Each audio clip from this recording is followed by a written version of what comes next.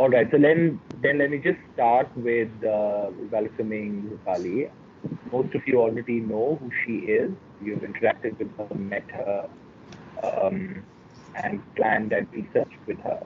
So I'll not spend a lot of time singing Rupali's praises, also because that will be embarrassing. But let me just say that Rupali is a very dear friend and a really prized colleague, a brilliant lawyer who, after doing her LL.M, came back to India and joined us at Parichay. Currently, virtually because of the situation, but is meant to be based out of Assam and has been actually studying the situation with citizenship and foreigners tribunals in Assam, and particularly the role of the Gauhati High Court very, very closely over the last many months. She has led numerous training sessions with the students and volunteers at Parichay.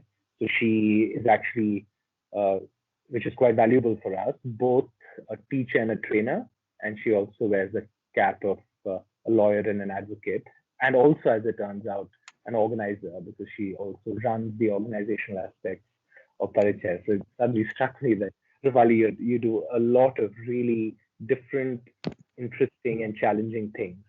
And it's always a pleasure and quite a privilege to work with Rupali. Also a deeply sensitive and thoughtful person, and a much more sort of, this is the last thing I'll say, to embarrass Rupali, somebody who constantly reminds me of what a good human being should be like, which is, I think, the best compliment I can give her. So please do take this opportunity to ask Rupali all the questions you may have about the actual situation, particularly the legal situation in Gauhati and in Assam, including sort of the peculiarities and even sort of the politics of judiciary and how things may be changing. And I'm sure Rupali will know how to answer the way she thinks appropriate.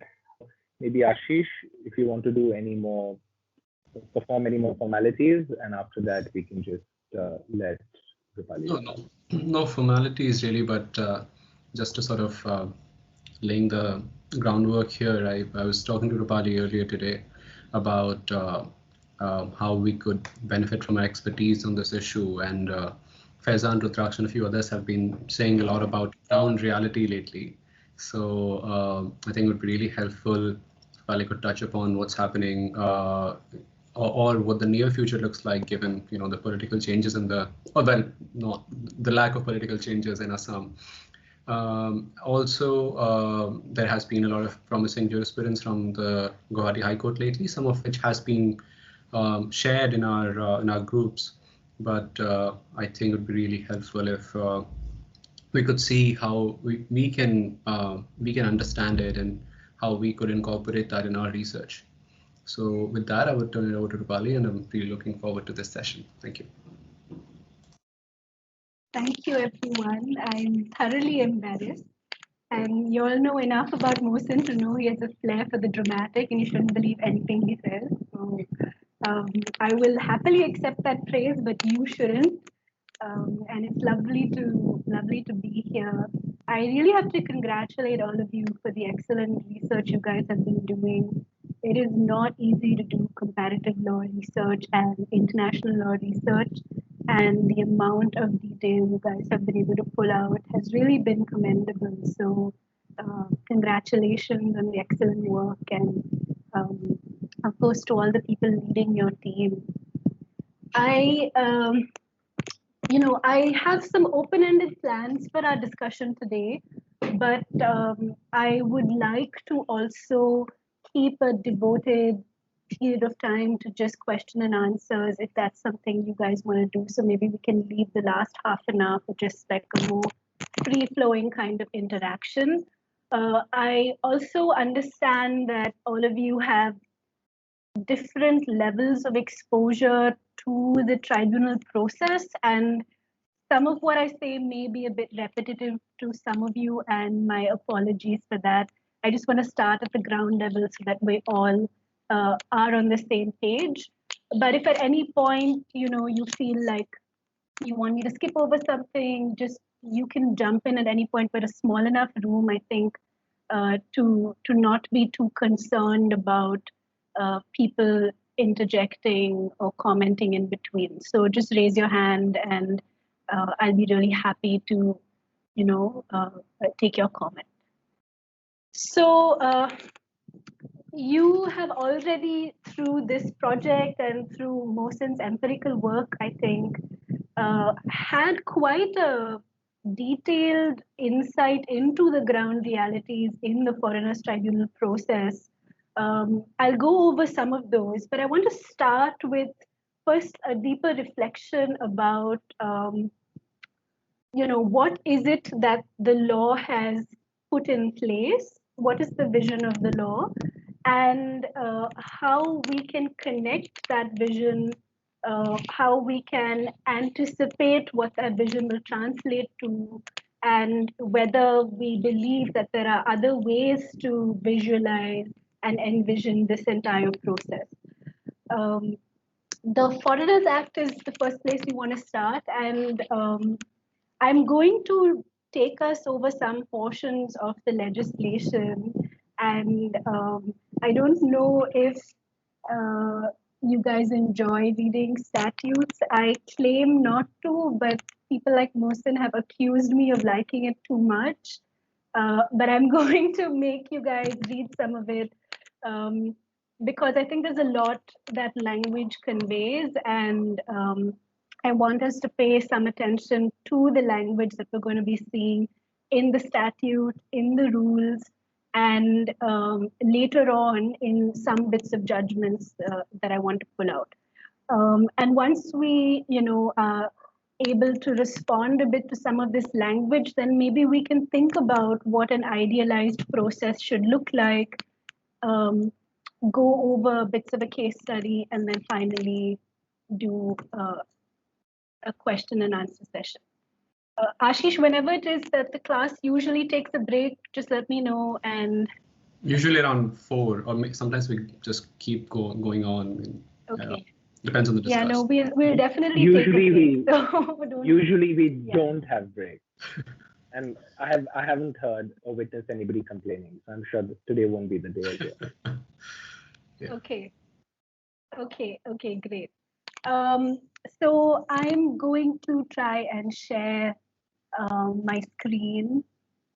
I have already shared a bunch of materials with you guys for y'all to look at. But I also want to pull it up on share screen so that folks can see it directly on my screen. Yeah.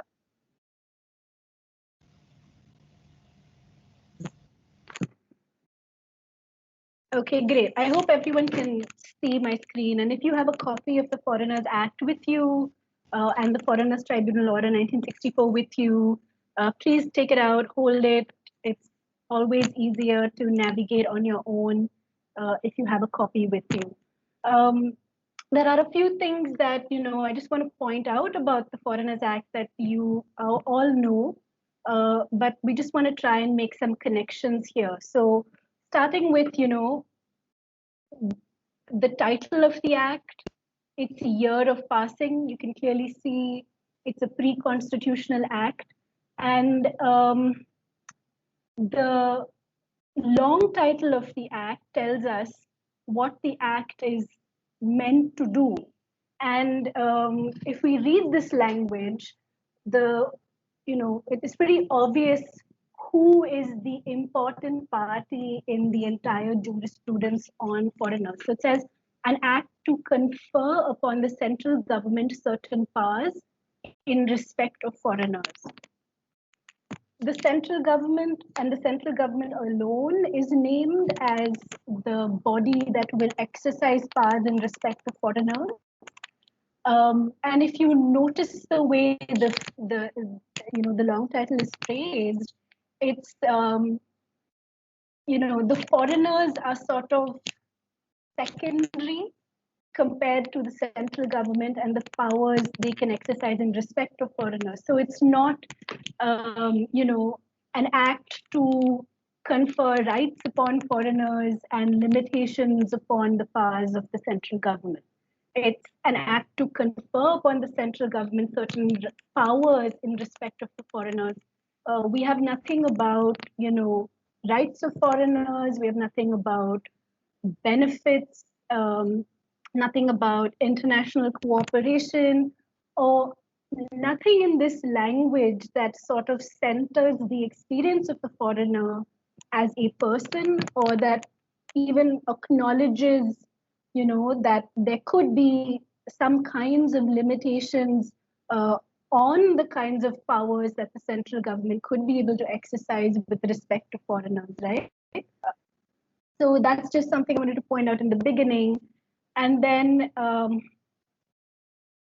some very basic, legislation related, legal methods related, just points.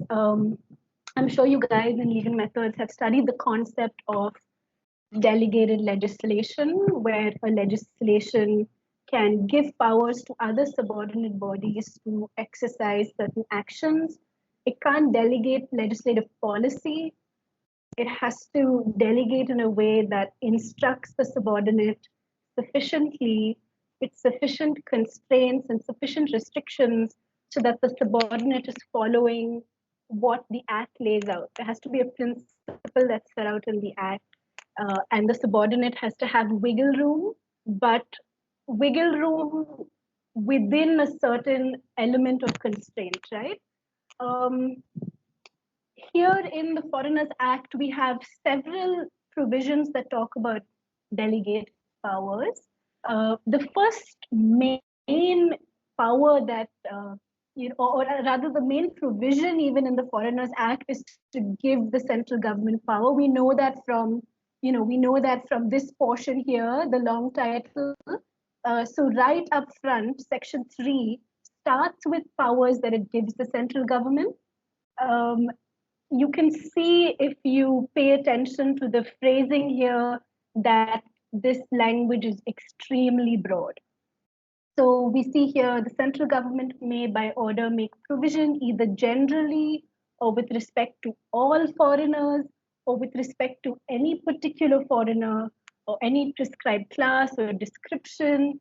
And here we have a long list of things that they can decide to do with foreigners or regulate their movement. Here we have this provision, section 3(2)(c), which says shall not remain in India, which is the power of deportation. So shall not remain in India translates to can be deported out of India. D over here, shall remove himself to and remain in such area as may be prescribed, or E, requiring him to reside in a particular place, restrictions on movement. These are the provisions that are used to set up detention camps. And so if you see, not only is this broad language, you see the executive also interpreting it in a really broad way. So when you say requiring him to reside in a particular place, that could be interpreted in many different ways. The courts have upheld an interpretation that has said this translates to permission to house people in detention camps. So you see how the language is broad, and the courts have also given as broad an interpretation to the language as possible. So requiring him to allow his photograph and finger impressions to be taken, requiring him to subject himself to medical examination, prohibiting from association with other persons, from engaging in activities of any specified description. And here we see arrest, detention, confinement, and then what we call in law a residuary clause that says provision for such incidental and supplementary matters as may, in the opinion of the central government, be expedient or necessary for giving effect to this act. So really, really broad powers. I just want to see if anybody has sort of a response or a reaction that comes to you when you see the kind of language used in Section 3. How do you feel about it?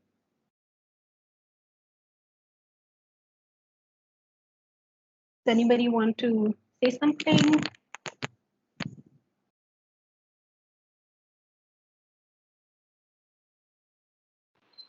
Sure, I'll say something. I mean, my just intuitive feeling is like, uh-oh, here comes arbitrariness. But yeah, very broad powers.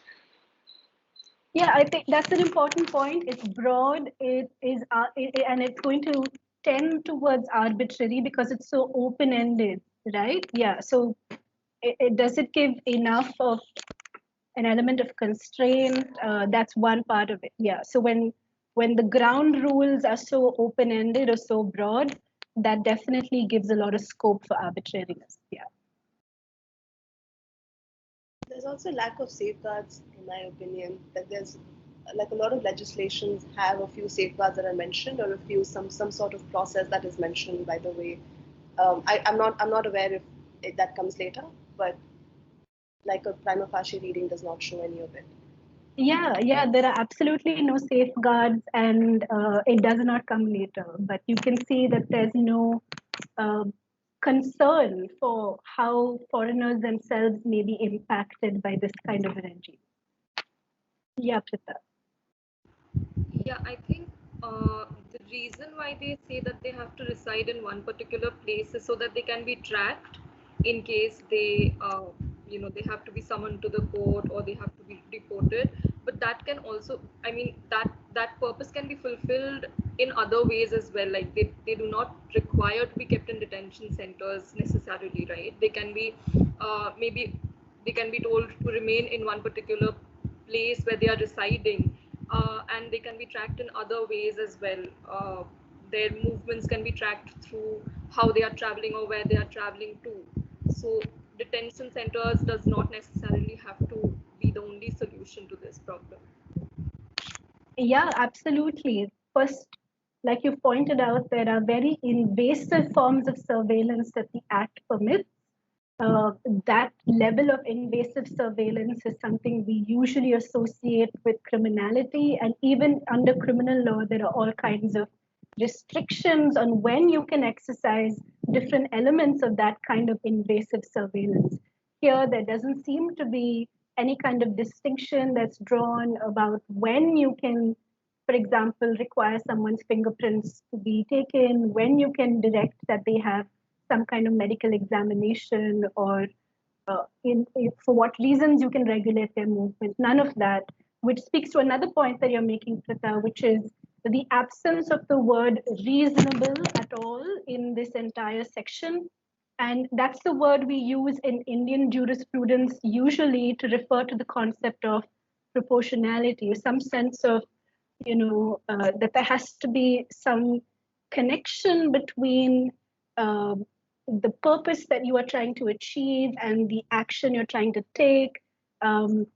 You cannot have these very disproportionate acts, like you said, of putting someone in a detention center if you want to ensure that they, are sort of easy to track or easy to identify. There may be less invasive means of doing that, less severe means of doing that. But we don't have any instruction here that the government needs to act reasonably or exercise some element of proportionality. But I would ask you guys, like, does the legislation necessarily have to say that?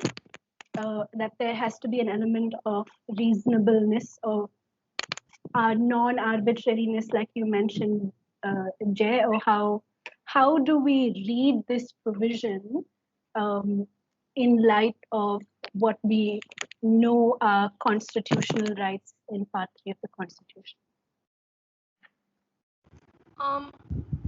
The question of proportionality, I think, also brings in something which is more recent, which is right to privacy, and that extends to foreigners as well, right? It's not just limited to citizens. And in that case, putting someone in a detention center or a detention camp also, I think it violates privacy to a large extent, which is not required for the purpose of citizenship determination or even deportation. So, yeah, I mean, I don't think it necessarily has to come from legislation itself, but I think it is more of a principle or an understanding of how law should work. Okay, so we have, I just want to remind you, a pre-constitutional legislation, right, 1946, and we're trying to read what the the pre-constitutional legislation could mean. I just want to ask Faizan to come in since he had his hand up, and then Arun. Yeah, Faizan.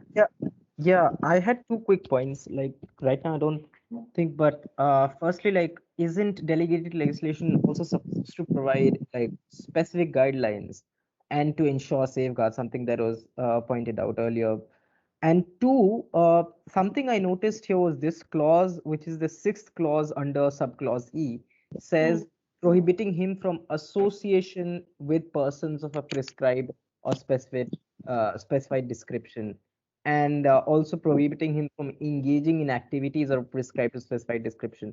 This in itself is so broad. Like, even if we leave out like other things, something like association with persons. So it's not even like something like working or doing a business of a particular kind, but it's saying mere association with persons could be prohibited. And then I was wondering, like, something like, can you prohibit someone from associating with the UNHCR, something like that, along those lines? Yeah, I would ask you actually, I would ask you, like, if you had a client who comes to you and there has been a recent case of people trying to flee Myanmar coming across the border into Manipur and Mizoram, and they want to connect with the UNHCR to be able to get some informal refugee status in India, or at least apply for international asylum and get taken to another place. So, if the border police refuses to take, and the UNHCR office unfortunately is only in Delhi, the head office is in Delhi. So if they want to meet the UNHCR, then they have to be permitted to travel to Delhi. So, as the lawyer here, when you have someone who comes to you with this problem, where's the first place you want to look to find an answer to that question? Can they prohibit you from associating? To what extent can they prohibit you from associating with the UNHCR?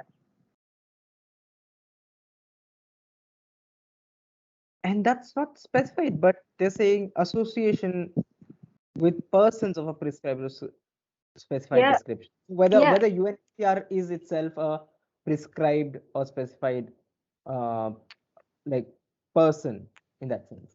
In the bare reading of the language, it could be. It could be. And a lot of people were restricted and they had to go to the court. They had to invoke the High Court for permission to travel to Delhi to meet the UNHCR because the police in Manipur were not permitting them to travel to Delhi to meet the UNHCR. So if I was interpreting the state action, I would say that their defense would be that they are just exercising powers under Section 3. Under Section 3, they're permitted to restrict your association, and they want to restrict that. So I'm going to jump to Arunima. I'm sorry if you had a different kind of question, but if you want to continue this thread, you can also continue this thread, but you can also tell me your other question or other comment. No, thank you. Let's hear from others also. Yeah. Arunima? Yes, I just wanted to answer the question that you asked about whether the reasonableness and requirement of reasonableness is should be applied even though it's not specified in the legislation. So, isn't it more like as soon as any kind of violation of a fundamental right exists, you are bound by the proportionality test and the reasonable, like the test of reasonableness. So just by that virtue of violating a fundamental right, you would be subject. As far as I understand, that's the case when it comes to such kind of legislation. And as we've already discussed, since it's also pre-constitution legislation, I think there would be a higher standard of scrutiny to such kind of wording in a legislation also. So that's my just preliminary opinion on this. Okay, we have a lot of thoughts there. We have a lot of thoughts, but I want to connect what you're saying to what Faizan mentioned, which is, there's this action that the state takes saying you can't associate with the UNHCR. They may be able to claim that they have that power under the Foreigners Act, but Arunima says that no, there's the doctrine of proportionality or some other constitutional principle that would limit the ability of the state to do that, even if the statute has this broad language. I want to take us directly to the article in the Constitution that we need to look at to be able to get some clarity on this, which is Article 13. I just want to read Article 13. I don't know if you guys have, I can also just try and pull it up actually. I don't want to stress my Adobe too much in case it crashes. So maybe I'll just read it. So Article 13 says, all laws in force in the territory of India immediately before the commencement of this constitution, insofar as they are inconsistent with the provisions of this part, shall to the extent of such inconsistency be void. So very clearly, right, any law for it to be constitutionally valid has to be in tune with part 3 of the Constitution. If it is inconsistent, even if it's a law that existed prior to the coming into force of the Constitution, to the extent that it's inconsistent, it would be void. So the usual rule that we follow is a presumption of constitutionality of legislation. There are some reasons why that presumption may be displaced. Pre-constitutional laws, as per the 377 judgment, Navtej Singh Johar, Justice Nariman's opinion said that pre-constitutional laws would not carry a presumption of constitutionality. So to that extent, the test is slightly easier for a pre-constitutional law, and I think one of you guys mentioned that. The other bit, though, is that when we're interpreting the scope of these provisions, we have to interpret them keeping in mind the constraints that exist in Part 3, whether it's a non-arbitrariness under Article 14, whether it's reasonableness, under Article 19, 14, and 21, whether it's the proportionality test, privacy. There are many, many kinds of principles and rights that exist in Part 3 that operate as constraints on the state's power. We have to interpret the scope of these provisions, keeping those constraints in mind. So that's just, that's how constitutional law works, which is why in the example that Faizan was talking about, the Manipur High Court just recently, a few days ago, decided that, limiting or restricting refugees coming in from Myanmar from accessing the UNHCR office in Delhi would be an unconstitutional violation of their right to life under Article 21. They are entitled to seek the assistance of the UN body. They're entitled to have their lives protected and not be sent back into a territory where they are going to face persecution. And it directed that the state of Manipur ensure that these refugees from Myanmar reach the UNHCR office in Delhi.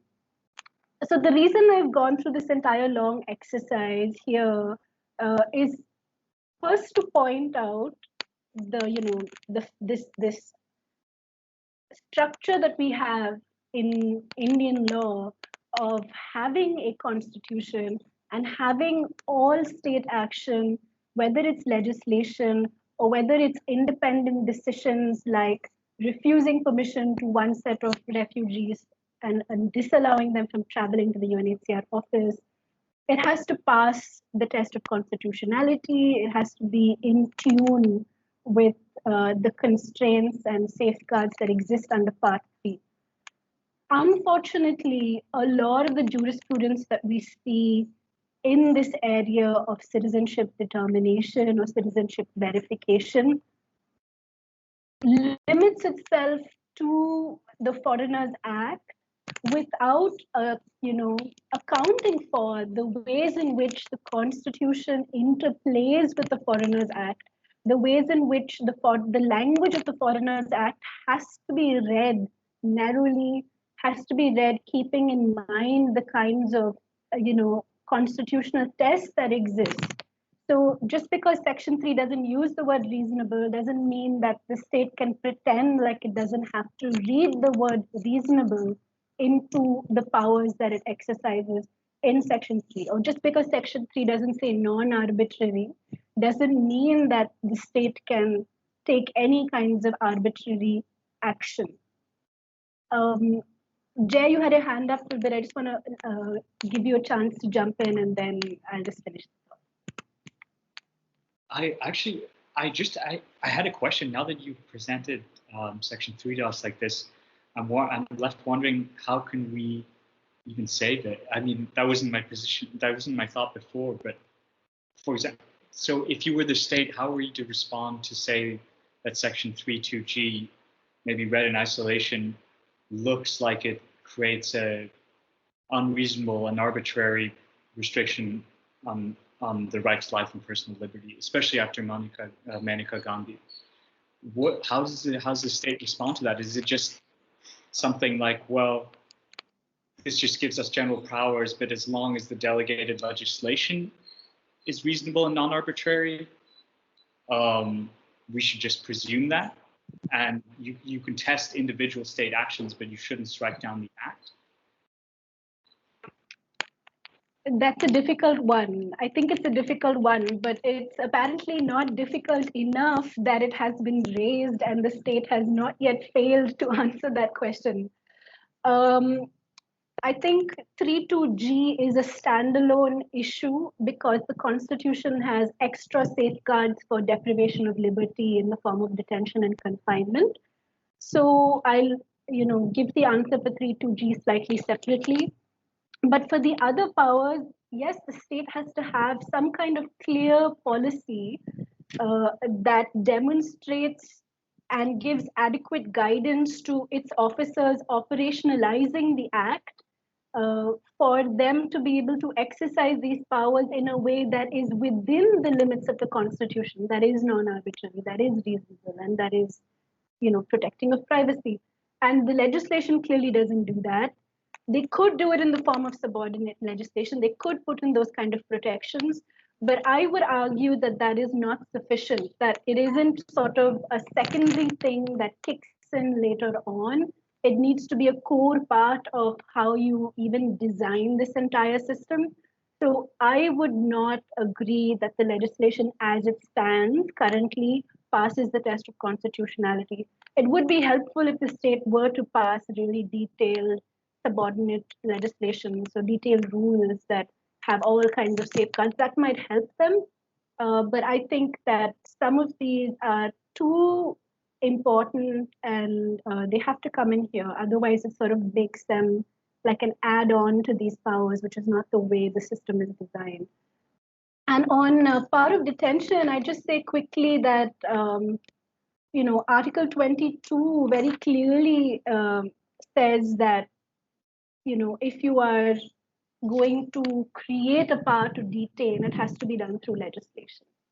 So you can't do that through subordinate legislation. There has to be adequate instruction in the legislation itself about how that power of detention matches or meets the constitutional standards and with the safeguards, because Article 22 talks about different kinds of safeguards, being produced before a magistrate, being immediately entitled to counsel, those kinds of things are not mentioned in the Foreigners Act at all. So I would agree with you and your instinct that the state would have a hard time defending this. And hopefully we can actually give them a chance to experience some of that tension by giving them a challenge to answer to.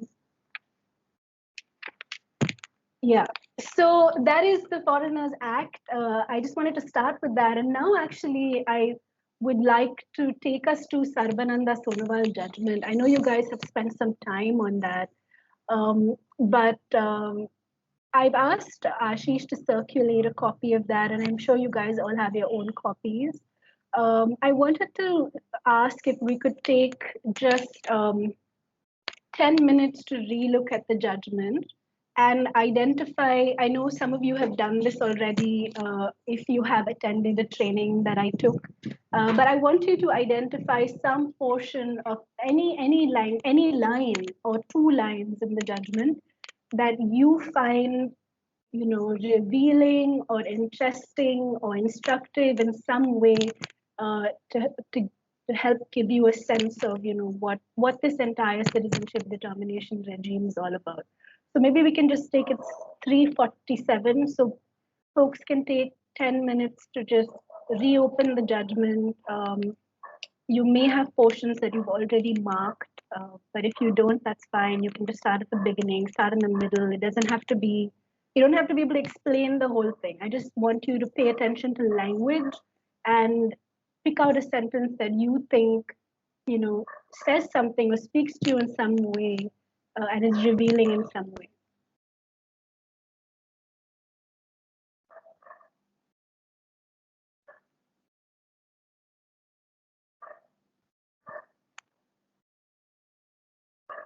I would like to ask if you could paste that sentence in the chat box whenever it is you've identified it.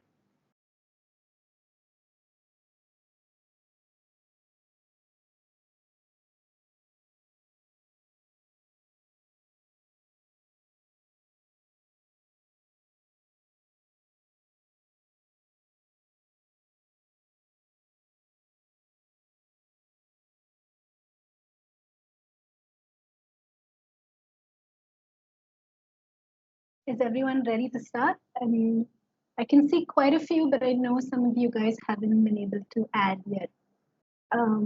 Like Mohsin said, the judgment is entirely quotable quote. So you can literally highlight any sentence that you see and it will be worth discussing.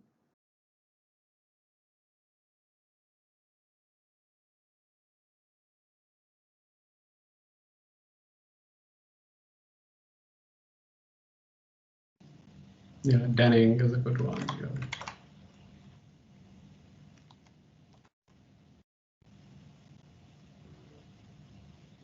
Okay, I think we can start talking about it. Maybe we can go in order. So I would invite everybody to scroll up the chat so that you're able to read what we're talking about. I think it'll be a waste of time if we try to read out all the quotes, but we can start with Jay perhaps. Yeah, right at the top was the, yeah, Jay. What did you find interesting about this quote? Why did it stand up? Yeah, am I audible? No. Yeah, we can hear you. Okay.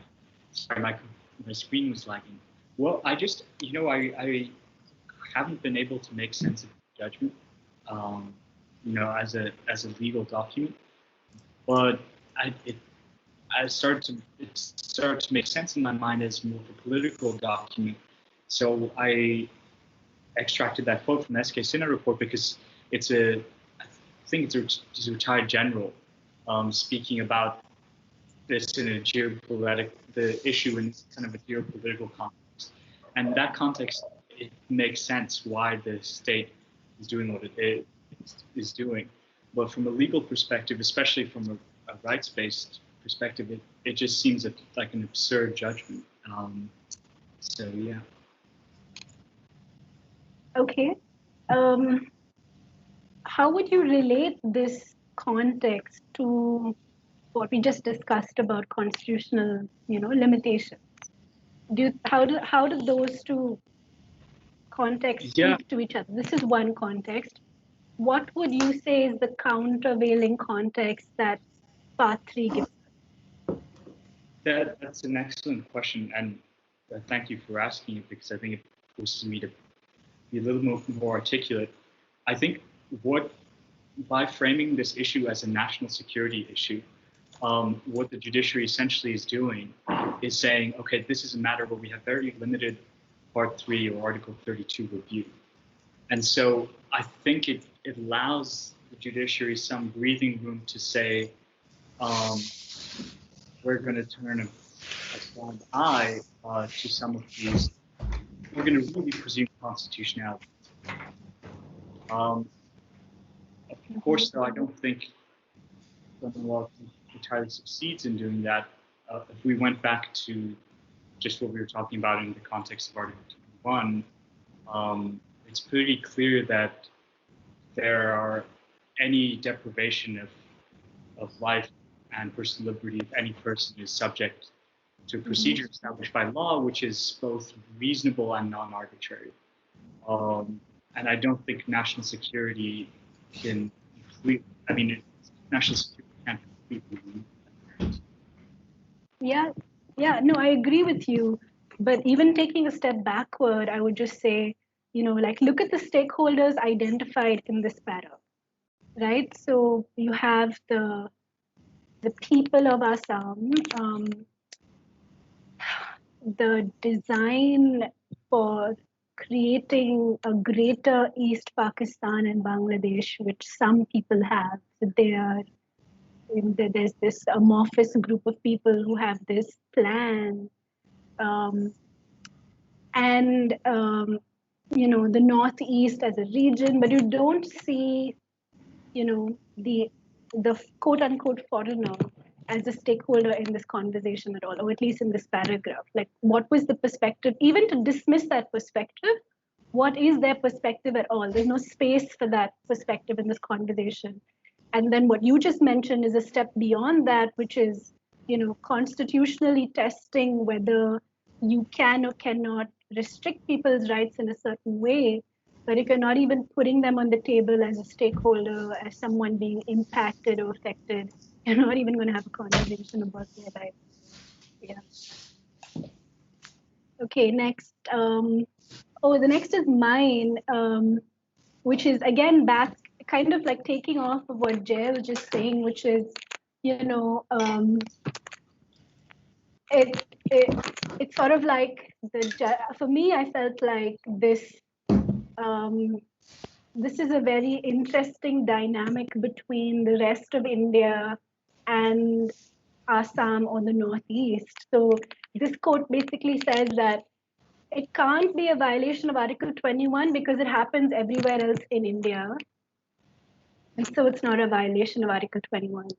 But, it's a very interesting dynamic in a way, which is sort of like setting up the rest of India as an infallible standard, or at the same time being very resentful of the fact that the rest of India has one regime and Assam has a different regime.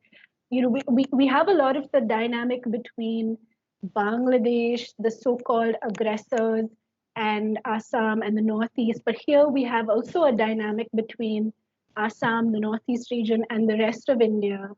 That's not very clear, but somehow that's invoked to justify why this is not violated. If everyone else in India has it, and then we have it, so how can you complain? So that's what I found interesting about this particular code. Arunima? Yes. So I think you already talked about the quote that I added in the chat, which is basically how the court went into the discussion about what exactly is external aggression, right? And basically, even though it tries to distinguish war from aggression, it's still lacking in the way that it looks at what the kind of dynamic between state and another state versus people who are migrating to a different state. Like comparing those two dynamics comparing a sort of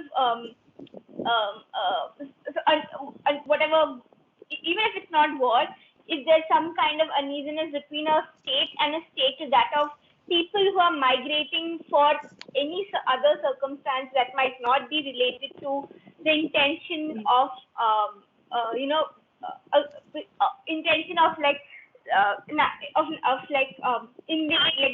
quote unquote invading another state. I think that is very interesting, and it doesn't have a very clear answer also, because it's all that it says that aggression has wide import, but it does not, in my opinion, make a good case for why it is concluding that, and why it is comparing the dynamic between two states to that of people who are migrating into a different country. Yeah, that's my opinion.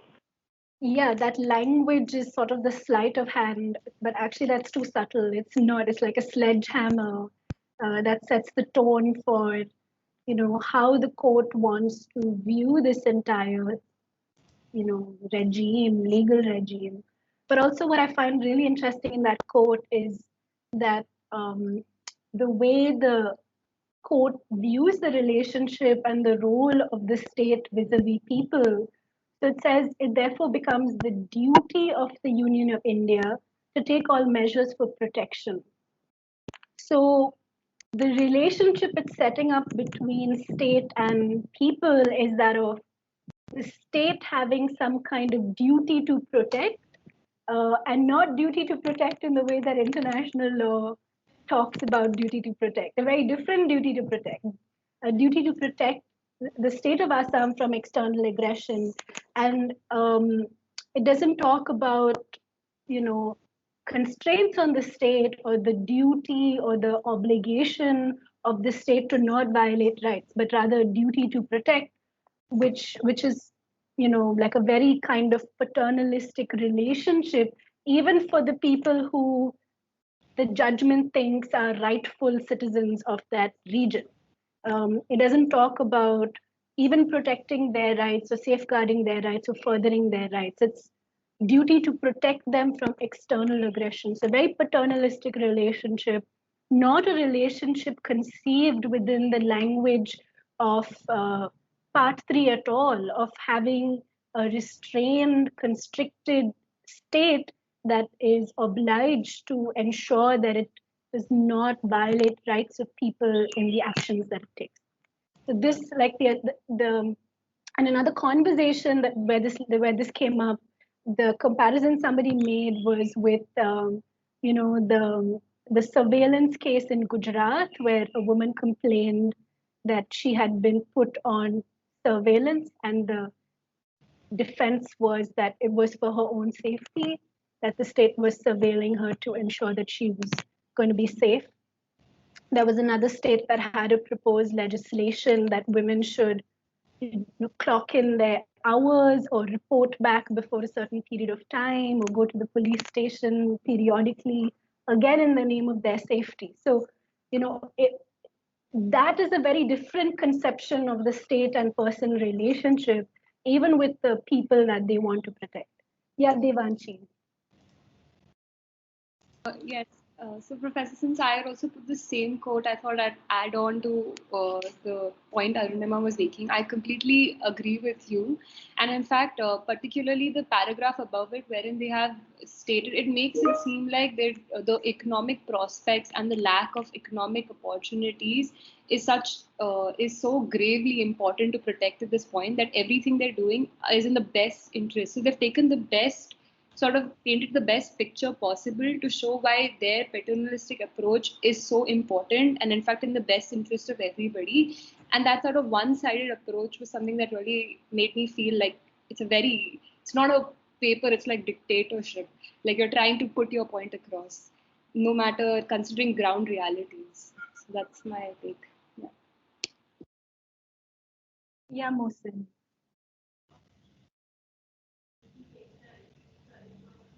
I feel that this business of the duty of the state under 355, the union, I think it's even more pernicious. A number of times I've read Sonowal, one sentence which, and I just put it right now, I don't think anybody else had mentioned it, so I just took the liberty of putting it down, where basically what Mathur says, and I think it's another question whether we should describe Sonowal as Mathur's judgment or the Supreme Court's judgment, and what exactly is happening in the text. Does it represent some sort of like an institutional consensus that this is how the court was looking at it, or because the history of the litigation itself is quite confounding. Mathur relies on the affidavits given by former governments. So NDA and Assam AJP government is the first one, and they oppose IMDT. UPA and the new Congress state government then completely changed their position around IMDT. But Mathur then decides that he must rely not on what the governments are saying at that moment, but what has been said before.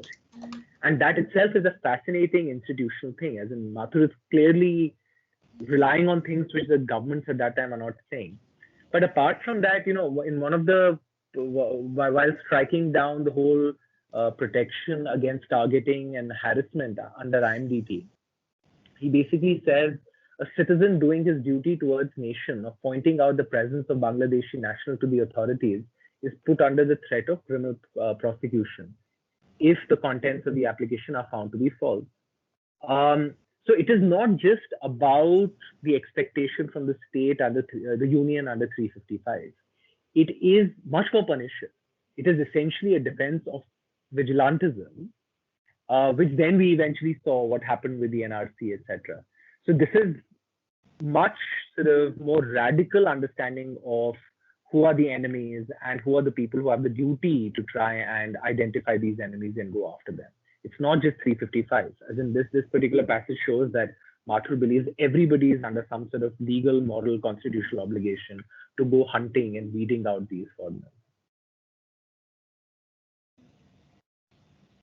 Yeah, so there's not just, there's not just no constraint on the state, there's also no constraint or no sense of duty of care or no sense of any kind of interpersonal, restrictions in terms of how you act vis-a-vis people around you.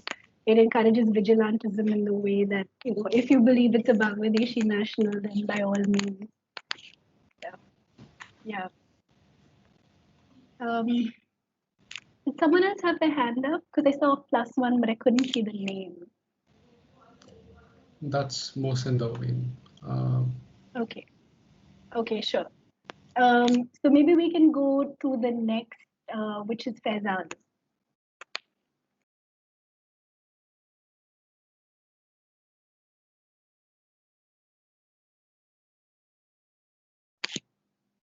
Faizan, what did you find interesting about this? I like something we also discussed earlier, but like where they're referring to international law and they're talking about due process. They looked at Stark and they say that states have a kind of a discretion to expel aliens and they don't grant them protection. And then he jumps to from studying Stark, then he jumps to Denning, and he's saying that England has been invaded by those who seek England as a heaven. And Mohsen had pointed out to us earlier that Denning was talking about Indians. and to quote it here, I don't know, like, okay, if you want to talk about due process, there are tons of things you could do. I don't get why is this here? Why do you need to quote this specific paragraph? Like Denning must have said 1,000 things. You already have enough literature to say that due process, okay, you don't need to give due process to aliens. But why do you want to make also a political statement that, look, these are people who come to our space and multiply, and this is they're coming here to take our resources. And so it's this kind of like what is here to like take this seriously? Like, I take this as obiter, and what do I infer from this paragraph? And why is he okay? Even if he's just pissed about foreigners entering, why does he care about what's happening in England? And I really could not get why is this here. Yeah, I don't know about what you can read as arbiter or not, but I think there are many ways in which like a passage like this is very instructive and useful for us to pay attention to. One, it talks about a more complex way in which the colonial lens, a very racist kind of lens, can apply even if the person speaking is a so-called from a so-called post-colonial state, but is just sort of absorbing and applying the same kind of colonial racist rhetoric and the same kind of looking for the same kind of outcomes. We don't use the language of racism in talking about Assam, but here's clear evidence of very racist kind of language, a very racist kind of rhetoric.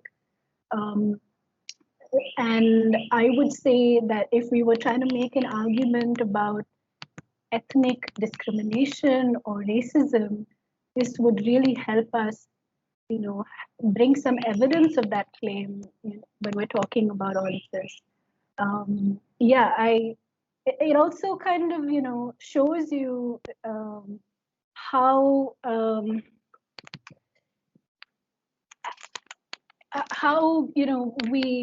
we have this very sort of strange relationship with the common law, with English judges, with and we've sort of decided that the common law is just quoting random things that English judges have said without actually applying it as a really as a legal test, as having any kind of integrity at all to any principle. And we also do that domestically with our own sort of random codes. But it also helps you see like there are two sides to how you see comparative law, to how you see particularly English law, and we can't forget that kind of history even as we valorize certain actors and what they have said. Prathana, I think you had the similar. Yeah, so mine was also focused on Justice Mathur's attempt to look at the religious composition.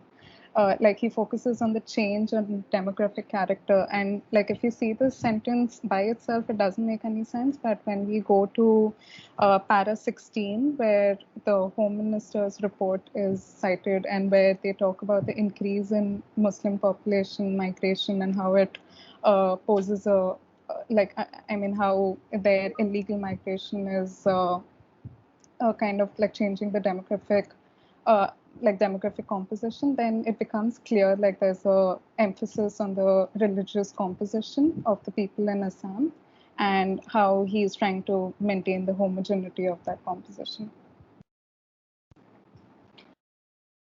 Thanks, Prathana. Soumya-ji? Yes, so like this was this particular paragraph was a bit fascinating because again, as you had pointed out earlier, that the way that this sentences have been framed in a particular way, as if like Justice Mathur wants to make himself, understand that no, nothing will happen to the Indian citizens. No, I'm sure nothing will happen to them. It's only about ensuring that all these, people who have migrated from Bangladesh, we are looking into them. But then it completely falls apart, that particular argument. Like it seems like he had foreseen that this is what is going to happen with this, but he was trying to subconsciously tell himself that no, nothing is going to happen. The justification is continued over the past few paragraphs as well. And everywhere, whenever he gets an opportunity, he tries to tell that no, nothing is going to happen to the people. We are not looking into, people with genuine citizenship. But then it's only for people who have come from Bangladesh, and it's only to determine those people and like throw them out of India. Thanks, Soumya-ji. Mohsin, I'm going to skip you and me since we had a chance to say something already. Kush? Yeah. Can you hear me? Right. Okay. Let's just pick these very disjunctive observations of Justice Mathur from the judgment, from paragraph 32, because they don't necessarily connect to each other explicitly, but just in terms of prefacing and sort of a very no holds barred reaction in terms of all the work that we've been doing. These are quite interesting observations because, of course, you're trying to secure the life of citizens, but via a process that could itself impact citizens and go against exactly everything that it is that you're trying to do with your noble intent, as you sort of set out with. And then, of course, the following comments that I have posted later on in the chat, they tie into the second part of the comment that I have here, which is talking about international law, aggression, and modern war. And so this observation is pretty important because then certain sense of legal personality is bestowed upon the population of a state, and so that is taken as an act of aggression by India specifically. And so it's very interesting because, again, international law or public international law, as we're just taught, I'm trying not to go into specifics, but when we study actors in international law, the primary actors that we study about are international law governs the relations between states. And so those would necessarily involve and there would be some sort of an implication of acts that are carried out by states. And so it's interesting to see how legal personality in the international legal sphere sort of gets devolved onto the population, and especially when you do have certain rules for how this thing happens in international law itself. Yeah, there's no attribution here of responsibility in any kind of way. It's not following that, that line of international law, but it's making an entire population suspect, which again sounds a lot like racism.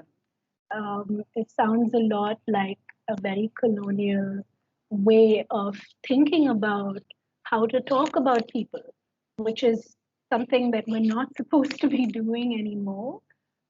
But also, the use of this language, I think, is also evidence that we can use when we continue talking about this, when we're talking about how the entire process that we've been studying actually impacts people's lives.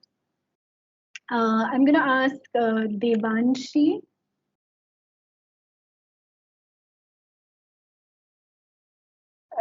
If there's something you want to add to what we've already talked about, because I think that line has been discussed already. Yeah. I think I just have like a question. This is like a silly one, but I still wanted to ask, based on your comment made on colonial rhetorics being brought about by at least Indian courts, I wanted to understand that by adopting these courts, aren't courts themselves sort of going ahead and sort of going against the idea of justice, going against the idea of democracy, and themselves sort of promoting colonialism or all these sort of ideas that we want to break free from?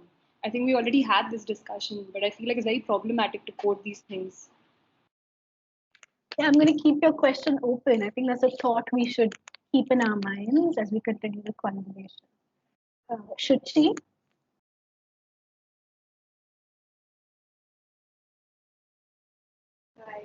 I was essentially first going to quote another really problematic statement that I found, but then I realized that there was this blatant misrepresentation of what is going on in the different state practices of UK and US. So I just took one excerpt out of it and I posted for especially burden of proof, because that was the simplest thing and I think everybody knows about that.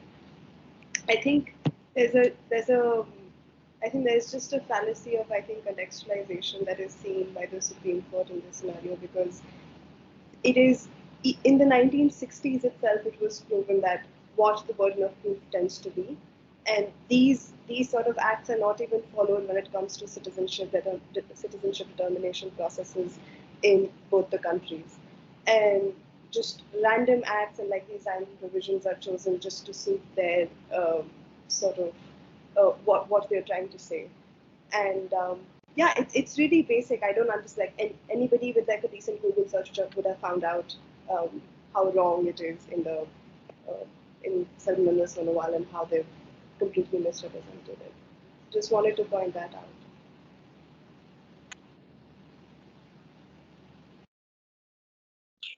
Thanks for pointing that out. Okay, we've spent some time on this judgment. I want to point out another judgment as well. Just again, observing the kind of language. At the end of the day, this is what is instructing officers on the ground who are operationalizing this regime. It's what is instructing, tribunal members at the Foreigners Tribunal, and is also what is instructing the High Court. So I want to show you two examples. One judgment by Ujjwal Bhuya, and then we'll finally go to a recent judgment by Koteswar Singh, just to see how, what happens when you kind of turn your gaze around. Right now, the gaze that we've seen from the Foreigners Act, which was pre-constitutional, has been so focused on the power of the center, on expanding that power as much as possible, on complete lack of restraint, a complete state-centric approach. We had Sonowal, which was an opportunity for the court to reconcile this pre-constitutional regime with what a constitutional regime should look like. And in fact, the IMDT Act was set up as being a regime that was more in tune with the constitutional demands of due process. But the court actively dismisses that and says, no, that we need to follow the Foreigners Act. We need to follow the Foreigners Act as it was intended. And it gives us all of this context that it believes justifies looking at the Foreigners Act, in all its sort of expansive state-centric glory. And I just want to show you what happens when you continue to apply that, that kind of a view, that kind of an orientation, which our legal system, unfortunately, is set up in a way that when the Supreme Court sets the tone, other legal actors have to be bold if they want to set a different tone. And those who want to set an even worse tone than the Supreme Court then have a lot of leeway to, go further. So I'm just going to share some, stuff with you guys on the screen. I've sent you guys this judgment so you can take a look at them later. I'm showing you a judgment called Sayamuddin, which was a case before the Gauhati High Court. The bench in this case was Justice Ujjwal Bhuya. And you will learn more about Justice Ujjwal Bhuya in a bit. But the essential challenge here was to someone was challenging the marking of D against their name in the electoral roll.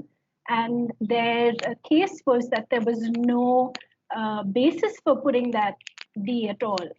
And there was no proper investigation or anything of that sort. And it's been literally decades since that D was there. And no materials. So Learned Counsel for the petitioner submits that the ERO should either forward the case of the petitioner to the SP or he should remove the tag of D if there are no materials to justify marking of the petitioner as a D voter. So there's a concrete example of arbitrary action that's being placed before the court. The court has to decide what to do in this circumstance when faced with this arbitrary action. And I just want to show you a particular paragraph here when the judge is reviewing the entire purpose of the use of this tool of putting D against a person's name. So just see the language here. In the year 1997, the Election Commission of India had undertaken an intensive revision of electoral rolls in the state of Assam, as apprehensions were expressed from various quarters that the electoral rolls were infested with the names of foreigners, illegal migrants. In the course of this exercise, citizenship status of as many as 313,046 persons whose names were in the draft voter list were found to be doubtful, and accordingly they were marked as doubtful D voters in the electoral rolls after local verification.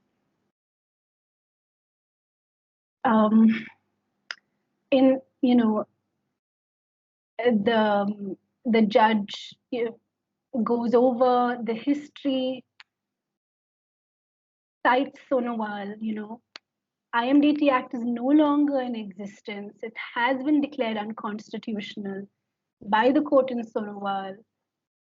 It's the Foreigners Act that now governs the regime. And then finally, in the ending, does not give relief to the petitioner at all, but instead actually tells the police to expedite making of references in cases and not waiting for this much period of time before it proceeds to actually send cases to the Foreigners Tribunal. So this is one example. Ujjwal Bhuiya unfortunately had the bench for the longest period of time. If this is the language that you have the judge using, this language condoned or not, invited or not by Sonowal, that's an open question, but used in an actual judgment, it will give you again a strong sense of what the attitude is of the person making this decision, and what signal it's being given, even if not directly, but the signal indirectly given through the judgment to foreigner tribunal members about how they should view the people who are there before them. I just want to show you another decision that Ujjwal Bhuiya made, Amina Khatun, which is on the question of res judicata. So the question here is whether res judicata would apply to foreigners tribunals. And that means that if the tribunal has already put you through an entire proceeding and you've been able to prove your citizenship, can a fresh notice be issued to you to come back and prove your citizenship once again to the tribunal? Usually the principle of res judicata applies. It's there under section 11 of the CPC. Article 22 talks about it in the context of the 20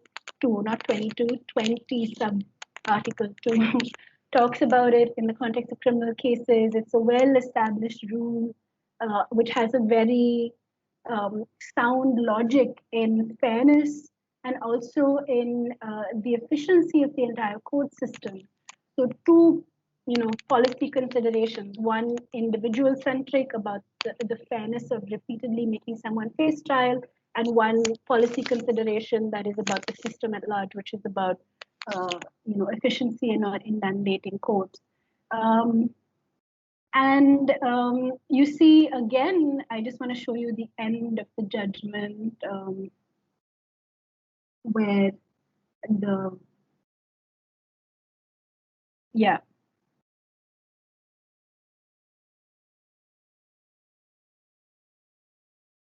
So,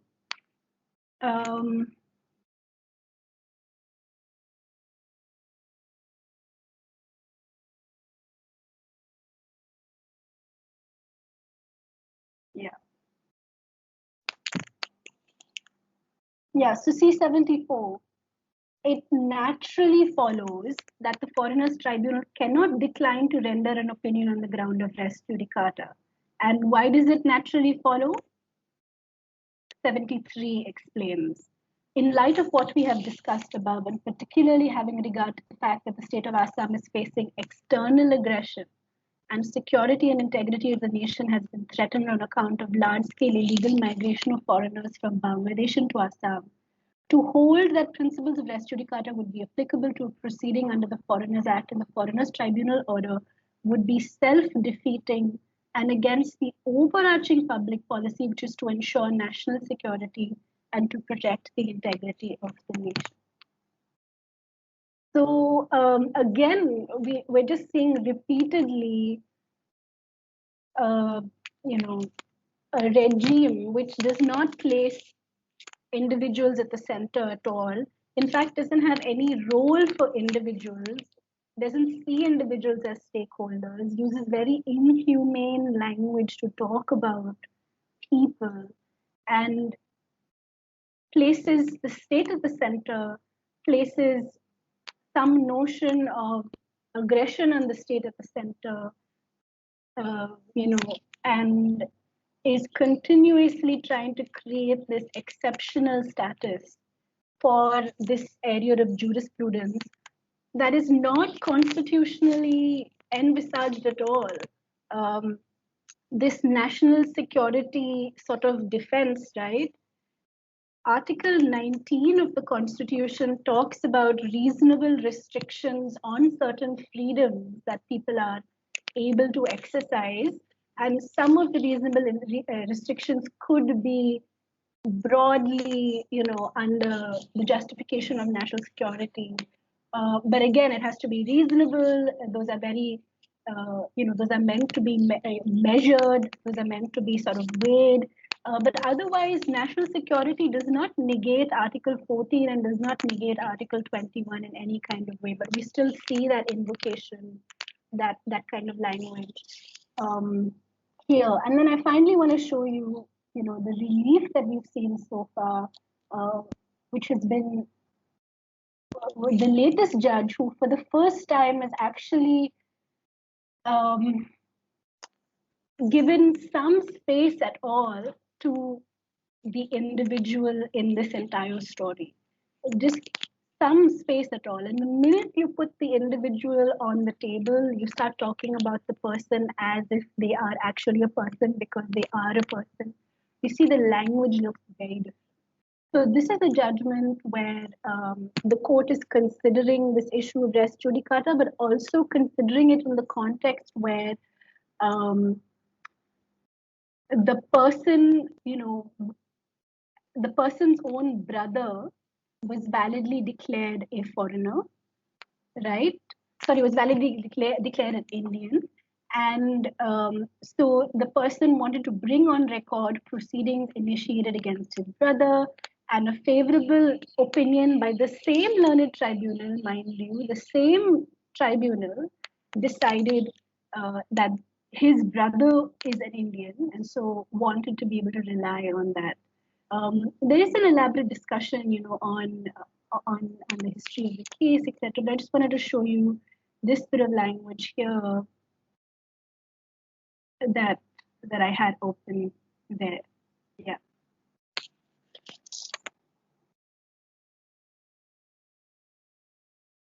You see here, citizenship is one of the most important rights of a person in the modern society, on the basis of which one can claim other rights which are guaranteed or conferred under the legal system of the Constitution. If a person is declared an Indian, certainly he can enjoy all fundamental rights guaranteed under our Constitution, which will be deprived of if a person is declared a foreigner. It's just amazing to literally see a para that has the word person used like 3 times in a row, and just seeing literally that there exists a person here at the heart of the entire process.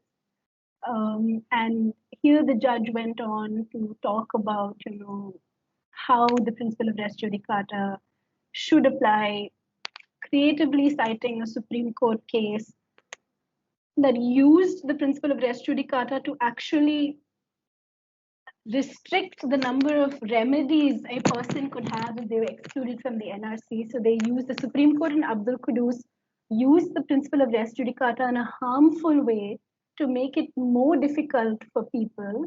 But this court uses it in a way, like turns it on its head and says that no, actually, since they said res judicata applies in Abdul Qudus, I'm just applying it here and saying that it applies, to protect people as well. And again here, see this, 26. It has been further observed that some proceedings, though hail originally from one district, go to another district for their livelihoods and are proceeded in a different district away from their hometowns. Thus, they face serious disadvantages about gathering evidences and producing witnesses in support of their claim in the remotely located tribunals. And then it talks about trying to maintain data, talks about tracking, talks about IT systems, but for what purpose? But for the purpose of assisting people actually make valid claims before the tribunal. So it says if somebody's brother was declared a citizen and they face a proceeding, immediately the case should be dropped against them because clearly, if one family member is a citizen, there's no way another family member can be a foreigner. So you see that we're still talking about surveillance, we're still talking about IT systems, we're still talking about proof and evidence, but you have a very, very different approach of actually putting the person at the center of the project. I'm just going to give everybody a chance to respond or react to what we've just gone over just now. Rupali, as in subject to what the others say, I think if we have a bit of time, I think all of us would gain a lot from your assessment about, in terms of a practitioner, where you think the jurisprudence is evolving. I think you've done a really helpful job of telling us how a different approach exists and can further evolve, how language of national security, etc., and what kind of harm that does and dehumanizes people. But at the same time, these recent, at least one case. What is your assessment of where the jurisprudence is heading now? Because obviously they are very contradictory approaches to similar questions.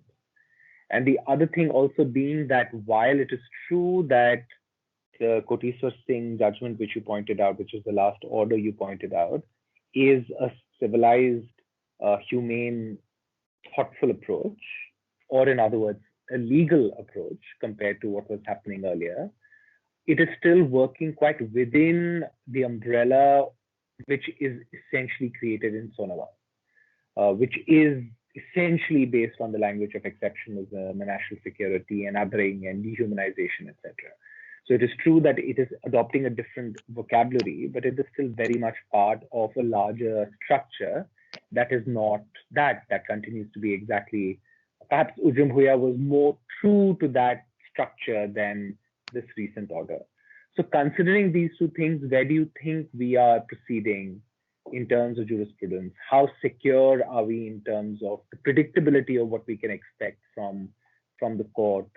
Or are we essentially stuck between what different judges say at different points of time and different benches are saying? And maybe, what lesson we can draw for our understanding of the Indian legal system and citizenship more generally also. So just your thoughts on that.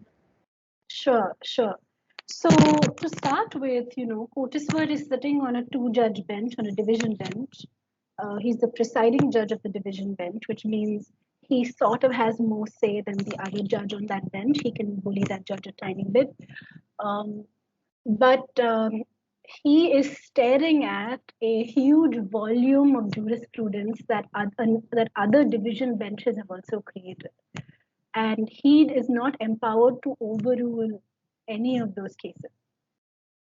The thing that he could do with res judicata was possible because of this creative reading of Abdul Quddus. And even then, he's faced a lot of resistance on it from the state lawyers. And none of his recent judgments have gone up to the Supreme Court yet and have not been challenged in the Supreme Court. But if the Supreme Court were to turn around and say, hey, you completely misapplied how we intended Abdul Quddus to work, that would make it much more challenging for him to take these kind of radical steps. So one is we're waiting to see what kind of signaling comes from the Supreme Court about the way that Koteswar has been handling these matters. The second is if he doesn't have stuff that's before the Supreme Court or Supreme Court decisions to cite when he's making radical departures from existing jurisprudence, it means that he is either going to have to ignore prior cases, prior judgments, or then face a future sort of reckoning where another bench would have to eventually decide whether it has to go to a full bench of the High Court to deal with contradictory division bench judgments. So Manojit Bhuya has authored a lot of judgments on a division bench, holding things like oral evidence is not sufficient, you need documentary evidence. about Gaupura certificates, about requiring the author of the judgment to come and prove the document, all of those kinds of things. So he can't overrule any of that. He can pass individual judgments that apply a different standard, but all of that will then be subject to a reference to the full court, to a three-judge bench to decide which is going to be the prevailing view. And it's not clear that he has enough of support in the Gauhati High Court to win on a on a full bench reference at all. He's very marginalized in the Gauhati High Court. He's of course got a lot of credibility. He doesn't have a lot of support. He, I had the privilege of meeting him along with Darshana, and he seems like he's like committed to a constitutional court's vision and not looking at future appointments and that kind of thing. But the truth is, a lot of people are looking at that. So even if people are willing to back him when his neck is on the line, so his brother judge is willing to sign on his judgments, but like on a reference to the full bench, will he prevail? It's difficult to say. I think he himself is going to continue down this line. Like he is quite, sensitive, and also, like I said, he feels strongly that his role requires ensuring that there's some amount of justice. But in terms of the barriers that exist for him, that's difficult. One is this barrier of can he overrule earlier stuff? The next is to what extent he's going to stay on this bench. And he hasn't been able to do enough for it to not be easily swept aside by a couple of either Supreme Court or full bench decisions. So, yeah.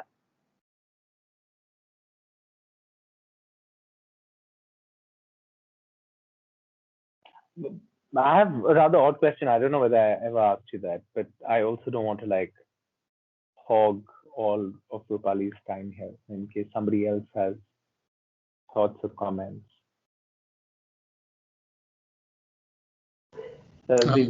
I just wanted to ask something that's very basic. I guess it's the question on everyone's minds. Are we expecting the NRC rejection slips to be sent maybe this year, next? I saw a few things mentioned in the manifesto of the Bjp government. What does it look like? I mean, they seem to have a majority again, right? So they have said that they're going to ask for the re-verification of the NRC. They're not interested in issuing rejection slips at all. There are going to be some petitions in the Supreme Court that are meant to be heard on this re-verification question. We're not sure on how high a priority this matter is going to be as of now from the Supreme Court's perspective. But we assisted in filing a challenge in October 2020 to one communication that had been issued for re-verification. And notice has been issued in that challenge in the Supreme Court. Since notice has been issued, it would be difficult for the state government to then go ahead with further re-verification without waiting to see what the Supreme Court says about the question. Or if they want to be really bold and belligerent, they could just start re-verification and then we'd have to run asking for an injunction against the re-verification exercise. But they've made it very clear that re-verification is the next thing on their line. And unless they get pressure, which they strangely received a strong letter from the RGI saying that they should start issuing rejection slips, and they're taking too long over this entire process. But it's again unclear what that's going to translate to, what kind of independence the RGI can exercise, whether there's going to be a different message sent to the RGI. There hasn't been a follow-up. I think we are waiting to see if the RGI follows up and says, hey, I sent you a really strong letter. Why haven't you guys started this thing? So the only pressure right now is coming from the RGI. There's no pressure otherwise. There may or may not be the prospect of some petitioner deciding to go to court asking for rejection slips to be issued. I see that as quite plausible. I have been in conversation with a couple of lawyers who were thinking about that idea, and I don't know to what extent we'd be able to influence or participate in that decision, but I definitely see certain parties as believing that the right thing to do would be to go to the court and ask for a direction to start issuing the rejection slips. So we'd need something like that for it to start. Otherwise, it wouldn't start. Yeah, Jay. I have a question that's completely different tangent. I was wondering, I found how you just took us through these judgments really compelling by focusing on the language that they used instead of telling us just what they held. And I was wondering why you made that choice to present, because we are law students and you could have told us, this is kind of the jurisprudence in a technical sense. But I'm glad you didn't. And I was wondering why you made that choice. And especially, I was thinking back to that problem that has come up in some of the weekly sessions of how you present this information in a compelling way, depending on who your audience is, whether it be a report or I guess if you're doing other kinds of advocacy work. So yeah, if you could tell us a little bit about that choice you made.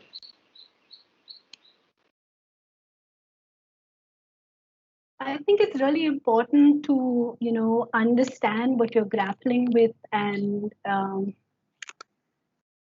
language tells you so much in that, and law is language too, in a way. But also when you're thinking about how, a system works, a system that is operationalized by like 100 individuals who don't have clear instructions on what to do, they're going to draw these instructions out of this kind of language. And even when you have express rules, there has to be something that sort of guides how you interpret what those rules do mean or don't mean. And I feel like the best way to understand what's going on is to like see what the language reveals about the project that these people think they are doing, and they're doing it very sincerely. And that's sort of some of the resistance we've also faced on the other side, Gogoi worked so hard and heard these matters all the time, or these judges spend a lot of time, they've prioritized this in such a serious way, or they've dealt with so many cases, or so it's not that they're not executing the project in a serious way, they are doing it in a serious and sincere way, but it's important to know what they think the project is. And if we don't clearly understand that, it becomes very difficult for us to also say what the project should be.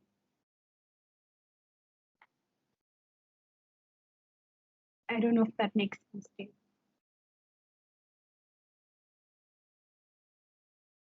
Does somebody else want to ask something? We have 2 minutes, but I'm happy to stay on. I feel really bad you didn't get a break. This is a fascinating response, Rupali. But there's a paradox. I agree with you, but there's also a paradox because language is an expression, quite often a very subtle expression of a legal or a political project. But language is also quite often used to obscure, hide the real intentions of people. And I think both of these tend to work together. So with due respect to all the seniors in the profession and the court, obviously, when I read some of these judgments, say, for instance, in the Gauhati High Court, I'm actually not sure whether they are actually implementing what they believe is the institutional project as an institutional project, as a matter of legal integrity, independent of their own personal views on the matter, or are they essentially doing what they really would like to do, but giving it a garb of language drawn from certain authoritative sources? This obviously is a very law and humanities and law and literature kind of view. But both of these things, I think, tend to happen. And just as a matter of sort of interpreting what is going on in citizenship, but also outside, I think it's useful to focus on both these possibilities of language. Language as expressing something, but also language as obscuring something.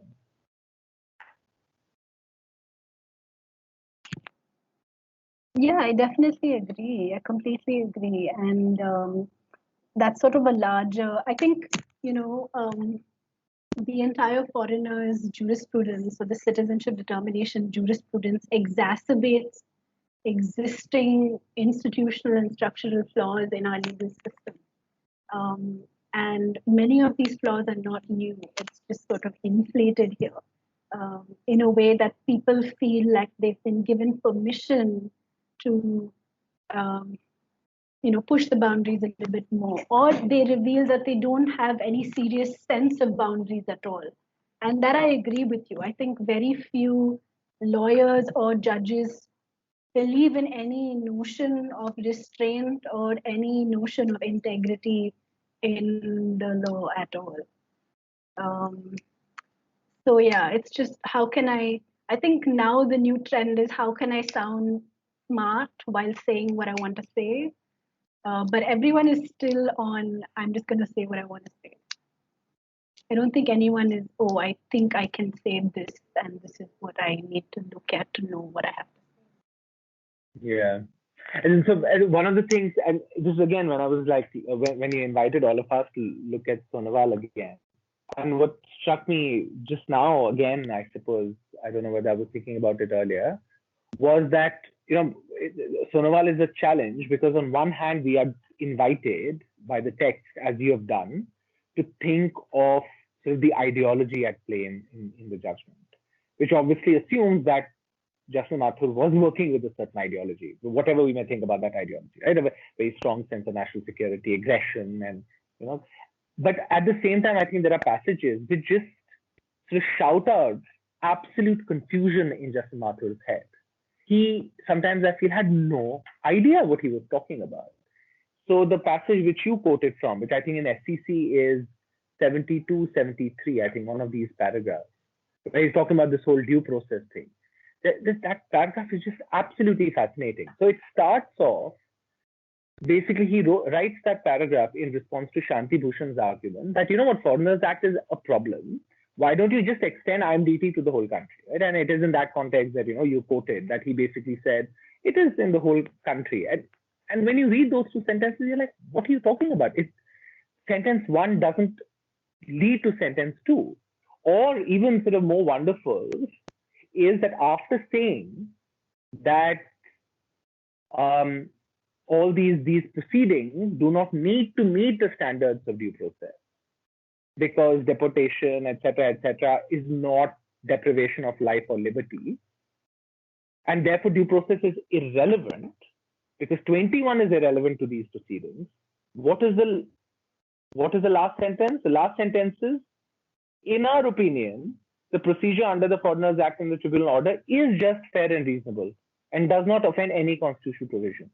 So basically, the whole paragraph is dedicated to the idea that fair, just, reasonable due process norms are not applicable, are irrelevant to Foreigners Act. And last sentence, which doesn't follow any analysis, is that obviously Foreigners Act is just, reasonable and fair, after Justice Mathur himself told us that these are not the right standards. And Sonowal is by and large quoted from other texts. The actual sort of analysis is 2 or 3 paragraphs.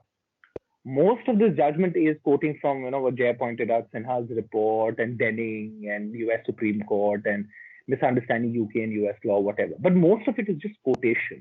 Massive portions are quotation. 4 or 5 paragraphs are really sort of some kind of analysis. This paragraph might be one of the most important 1 out of 5 paragraphs of analysis. And it is purely from a legal standpoint, logical standpoint, just doesn't follow. Internally, it doesn't follow.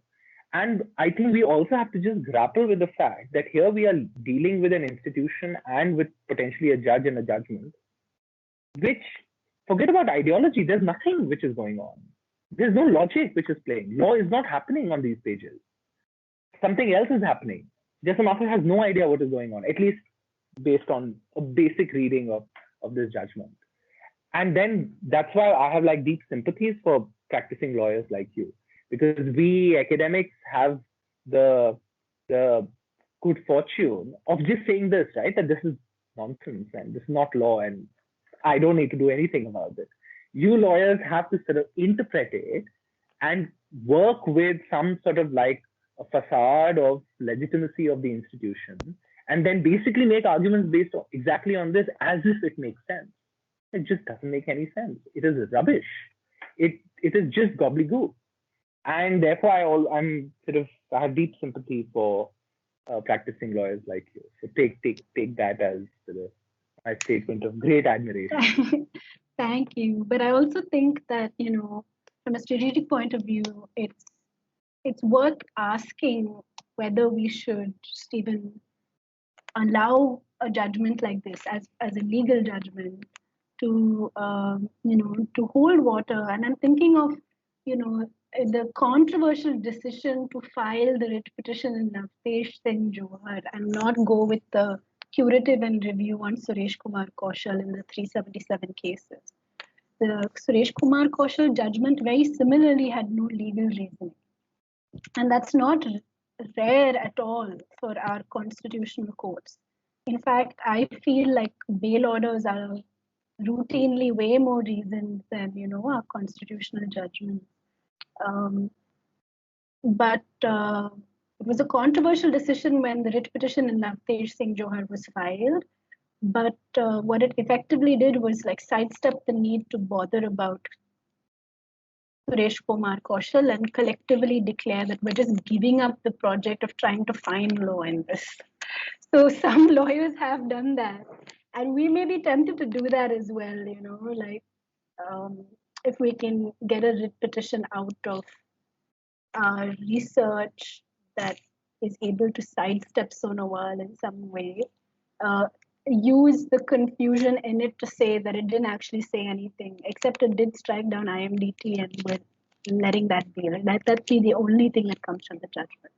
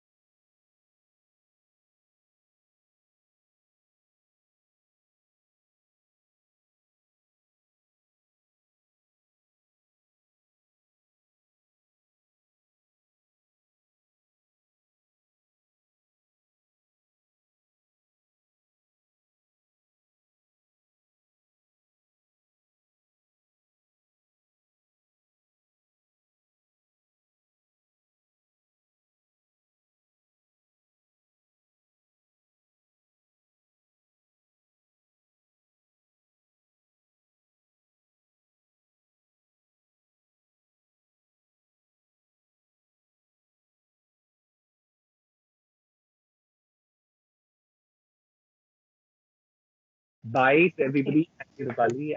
Stay safe. Take care. Bye. Thank you, Rupali. Bye. Bye. Thank you so much.